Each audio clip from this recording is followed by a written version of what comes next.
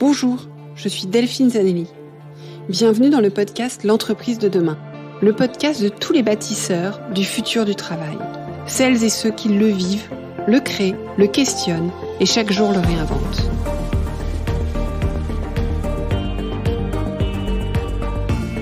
Une entreprise plus vertueuse et soucieuse de son impact social pour une société meilleure.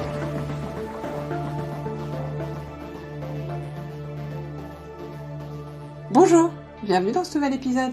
Comment allez-vous ? Avez-vous pu prendre le temps de répondre à mes quelques questions sur le podcast ? Le lien vers le questionnaire est toujours dans les notes de l'épisode. Je vous en parlais dans l'épisode 10. Ben oui, parce que c'est vous qui faites la valeur de ce podcast.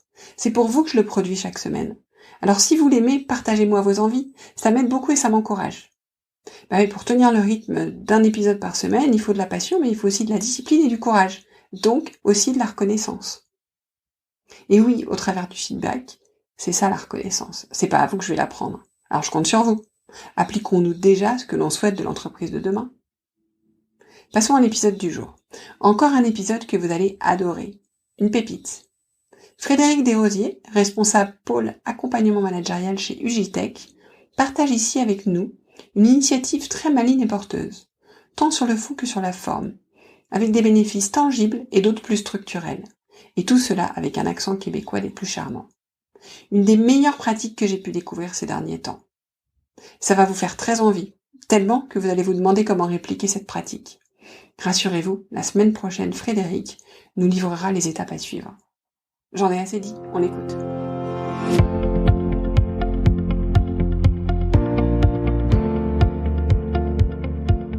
Bonjour Frédéric. Bonjour Delphine. Merci d'avoir accepté mon invitation suite à un de vos posts LinkedIn sur les communautés que vous avez créées au sein d'Ugitech. Mais on va y revenir. Avant d'aller plus loin, j'aurais aimé que vous vous présentiez à nos auditeurs. Alors, Frédéric Desrosiers, je suis québécoise d'origine. J'habite en France depuis maintenant 11 ans. J'ai un passé de consultante au Canada, aux États-Unis, au Mexique et en France. Et depuis 6 ans, je travaille chez Ugitech comme responsable du pôle accompagnement managérial. Donc, Ugitech, c'est le premier employeur privé de la Savoie. C'est un producteur d'acier long inoxydable. Ça fait partie d'un groupe qui est coté en bourse et qui est le 3e acteur de l'acier mondial. Donc, mon équipe d'accompagnement managérial chez Ugitech, on cherche à gagner en performance en travaillant sur l'axe des hommes et des femmes. Donc, en gros, c'est comment rendre les hommes plus acteurs pour être plus performants dans l'entreprise. C'est le penchant humain du lean management ou des équipes d'excellence opérationnelle. Donc, travailler sur l'intelligence collective, le co-développement, l'accompagnement au changement, le coaching, toutes ces méthodologies qui vont chercher l'engagement des hommes et des femmes, leur mobilisation et travailler avec l'intelligence des uns et des autres. D'accord. Donc, alors, pour ceux qui passent parfois près du Val d'Arly, Ugitech, vous l'avez déjà vu. Parce qu'en fait, Ugitech, quand vous passez par Ugine, donc vous pouvez passer par Albertville, par Annecy, arriver à Ugine, vous allez dans le Val d'Arly, donc toutes les stations du Val d'Arly ou Megève, et vous allez passer devant une grande, de grandes usines, et Ugitech, c'est là. Donc je le dis parce que je suis sûre que plein de gens, en fait, l'ont vu sans le savoir. Ugitech, par ailleurs, c'est une entreprise assez innovante sur l'innovation managériale, justement, ce dont on va parler. Donc, je suis vraiment ravie d'en parler avec vous. Parce qu'on connaît mal, en fait, ces endroits-là. Donc, ça serait bien, j'aimerais bien, Frédéric, que vous nous racontiez un petit peu, pourquoi au sein de ce département, vous avez initié des communautés d'abord. Voilà, pourquoi, et ensuite, qu'est-ce que c'est? Alors, à la base, la communauté, elle est venue d'un problème de charge. Donc, comme on travaille avec les hommes et les femmes dans les changements de posture, des changements de comportement, c'est souvent des projets très longs. Et on n'arrivait pas à déployer assez de projets pour nourrir notre ambition, si je peux le dire comme ça. On ne voulait pas rogner sur la qualité de nos accompagnements. Et donc, l'idée a germé, en fait, de créer une communauté qui deviendrait le relais à nos projets. Donc, qui nous donnerait un coup de main sur le terrain pour arriver à déployer plus rapidement ou en tout cas dans plusieurs endroits les accompagnements de posture managériale qu'on peut faire. Sur la durée.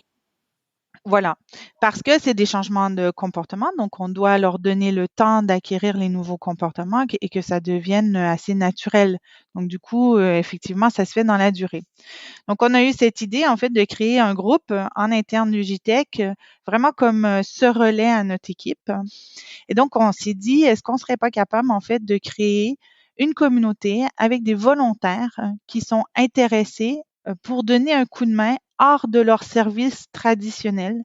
Donc, donner un coup de main à l'équipe Pacman, un coup de main finalement qui est très transversal, qui est très orienté sur les managers. Donc voilà, donc l'idée, cette communauté, elle est venue à la base d'un problème. Et du problème, on a voulu tester une nouvelle façon de faire. Donc, créer la communauté. La première communauté chez Ugitex, c'était la communauté des facilitateurs qui venaient en relais à l'équipe Pacman. D'accord. Alors d'abord, Pacman, donc c'est le nom de votre équipe. On a Oui, dit au voilà. départ. Le C'était pôle accompagnement managérial. Mais excellent. ça nous fait plaisir de s'appeler les Pacman. C'est très marrant. C'est très sympa. Et point important, en fait, c'est intéressant parce que quand certains se seraient dit, on n'a pas les ressources pour, donc on va réviser l'objectif. Vous vous êtes dit, on va trouver une solution à ce manque de ressources. J'ai envie de dire, à ce manque de ressources qui serait éternel parce que vous ne pourrez jamais vous staffer pour avoir assez de monde. Mais alors maintenant, comment vous avez fait pour que les gens veuillent faire ça en plus de leur job? Parce que l'idée, elle est sympa, mais c'est de la charge. Alors, c'est là le gros défi, en fait, de ces communautés, c'est que vous l'avez dit, c'est en plus de leur charge de travail, c'est au volontariat et surtout, ça leur demande pour beaucoup de sortir de leur zone de confort et de s'exposer parce qu'ils vont au-devant des managers. Parfois, les facilitateurs ne sont pas managers eux-mêmes ou ne sont pas managers en production. Et donc, ça leur demande en fait de vraiment développer une expertise qu'ils n'ont pas forcément à la base. Donc, la première étape, c'est vraiment d'avoir une conviction forte que ça peut fonctionner, avoir une envie d'essayer. Le parti pris qu'on a pris, nous, chez Ugitech, c'était de le prouver par l'exemple. Donc, on n'a pas fait d'effet d'annonce. On s'est dit, on va commencer petit avec ceux qui ont envie d'y aller. On va les former, on va prendre soin d'eux. Et cette notion de prendre soin d'eux, elle est importante. C'est-à-dire que comme ils acceptent de travailler en transversal, de donner pour d'autres services que le leur, hein, eh ben nous, en échange, on leur rapporte du contenu à haute valeur ajoutée. Donc, on les nourrit avec toutes ces innovations managériales, soit en les invitant à des conférences spécifiques pour eux, en leur offrant des bouquins qu'on a lus qui nous intéressent, qu'on trouve bien. Bref, on est vraiment, on se positionne vraiment en animateur d'une communauté. Donc, il y a cet effet on leur demande de sortir de leur zone de confort, de faire quelque chose en plus que leur boulot. Et en échange, on les anime, on les nourrit, on les fait grandir.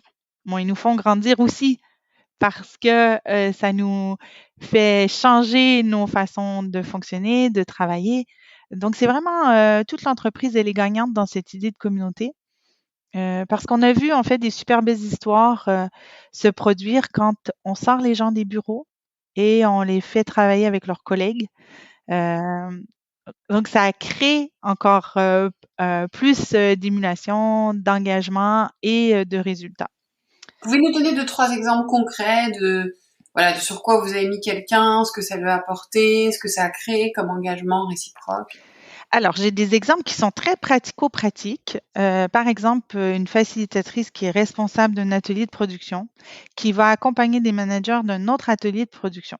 Quand elle est sur les lieux, elle se rend compte qu'il y a beaucoup de chaises dans l'atelier, que les opérateurs sont à certains moments assez fatigués de leur journée et d'être debout.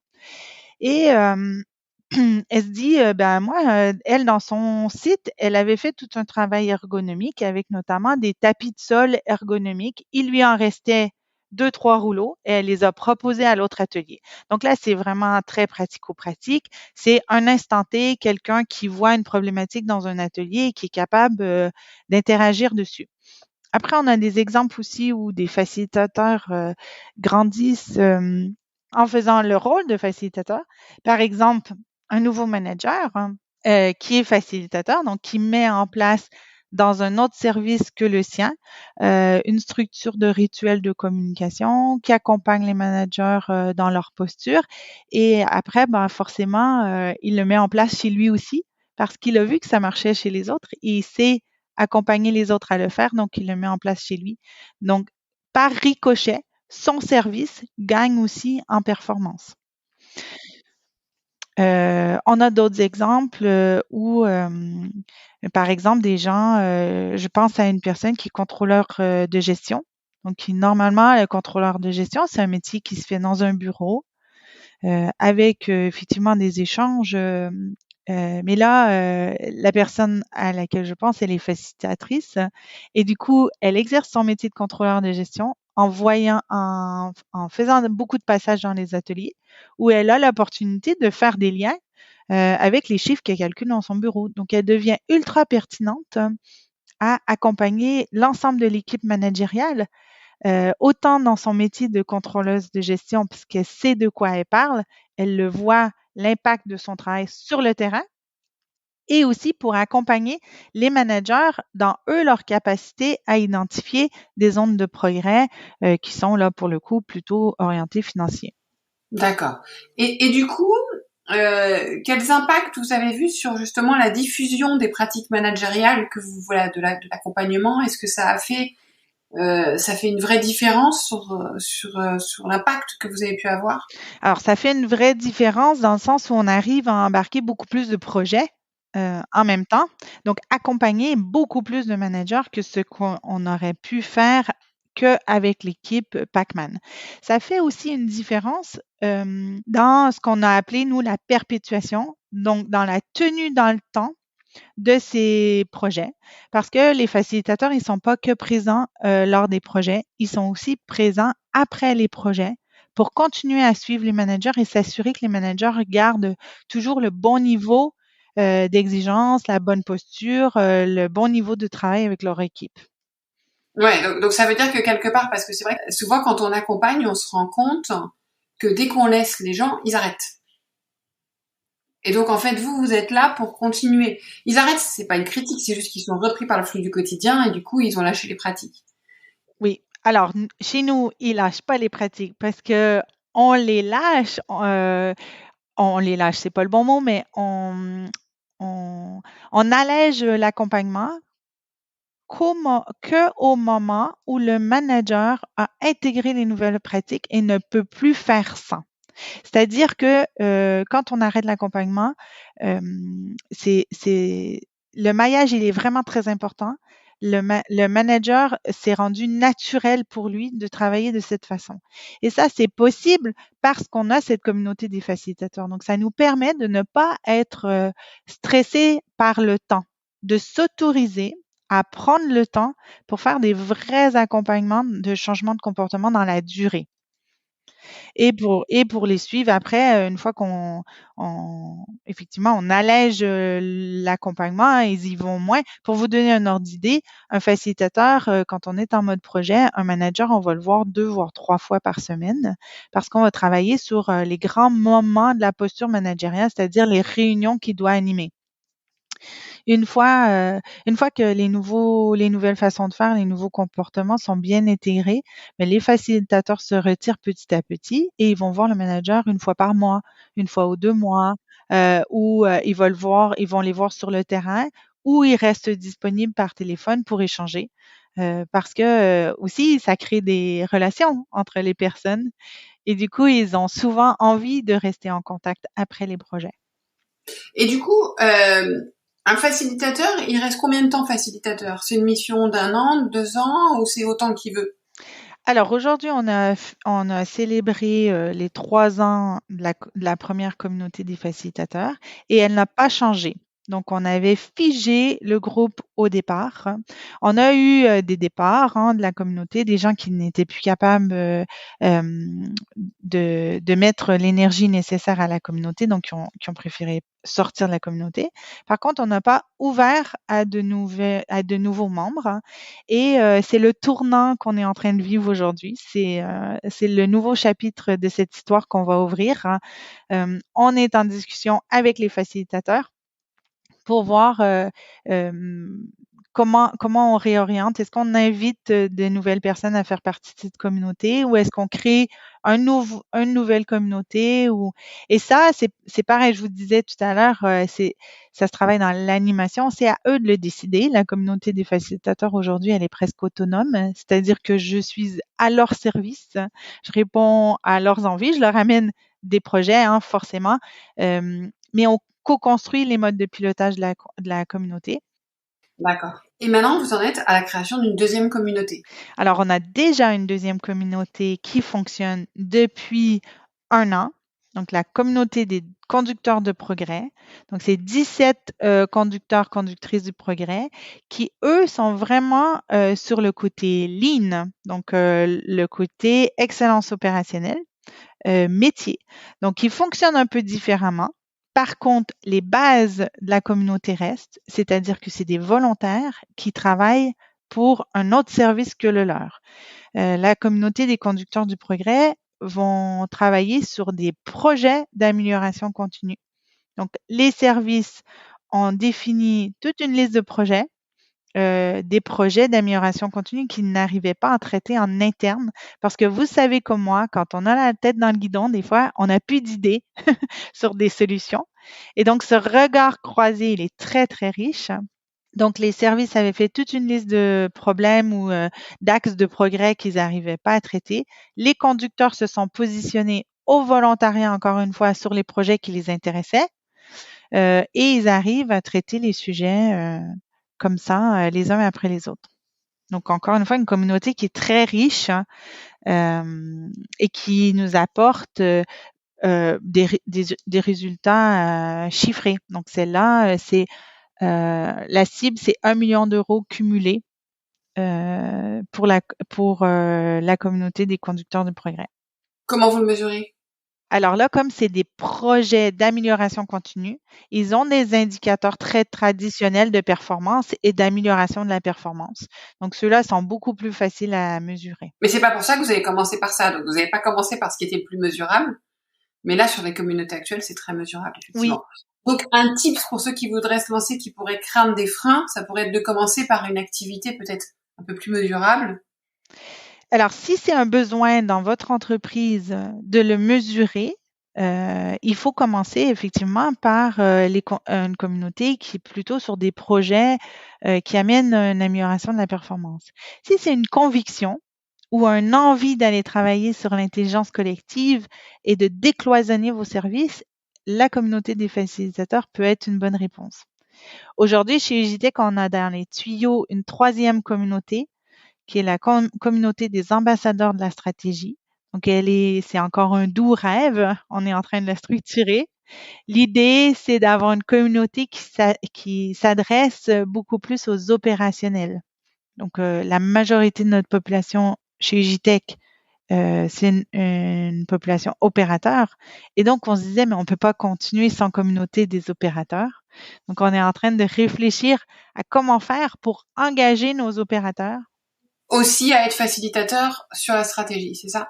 Et voilà, à donner pour Ugitech et à sortir de leur cadre d'opérationnel et travailler plutôt sur la stratégie, des projets transversaux et avoir un engagement qui est différent de celui qu'ils ont au quotidien sur leurs outils de travail. Et j'ai une dernière question. Est-ce que vous pensez que ça a une influence sur la culture d'entreprise? Clairement, ça a une influence sur la culture d'entreprise parce que pour faire les communautés, il faut accepter de décloisonner, d'ouvrir les services, de travailler en transversalité, de travailler pour un objectif commun plutôt qu'un objectif local. Et pour arriver à tout ça, il faut beaucoup travailler cette culture du feedback de se donner des feedbacks positifs, beaucoup. On aime bien, nous, les feedbacks positifs et les feedbacks d'amélioration, forcément. Mais oui, ça vient changer la culture d'entreprise parce qu'on s'autorise à sortir plus de notre cadre traditionnel, à donner aux autres et à sortir de notre zone de confort. Donc, ça devient une culture d'entreprise qui est plus innovante, qui est plus agile et qui est beaucoup plus tournée sur le global de l'entreprise versus la cloison des services. Du coup, les bénéfices, si on résumait, il y aurait meilleure transversalité, meilleur engagement des personnes qui sont dans la communauté parce qu'ils sont engagés dans la communauté, mais ils sont aussi engagés dans leur rôle traditionnel, plus d'innovation, plus de créativité, des managers qui gagnent en performance managériale, qui sont mieux dans leur rôle de manager et du peer coaching en fait qui se développe et qui profite à toute l'organisation. Ouais, parce que je pense qu'on n'évolue jamais mieux qu'avec un père, plus qu'avec un expert. Et on évolue dans la durée, et donc on ne se sent plus seul dans son rôle. Ouais. Et donc en plus, évolution de la culture d'entreprise. Merci beaucoup. Merci à vous. Passionnant, non? Ça vaut bien quelques étoiles. Et aussi, je vous le redis au cas où, le questionnaire dans les notes de l'épisode. À bientôt.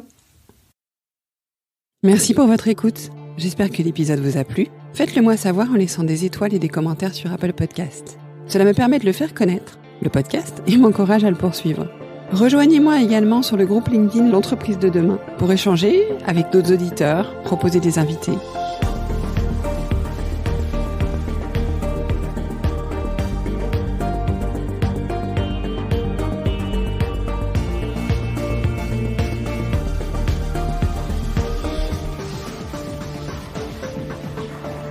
Je vous donne rendez-vous jeudi prochain pour un nouvel épisode. Cette série est produite par Delphine Zanelli et Ose Masterclass. Réalisation sonore Cyril Carillon et au micro Delphine Zanelli.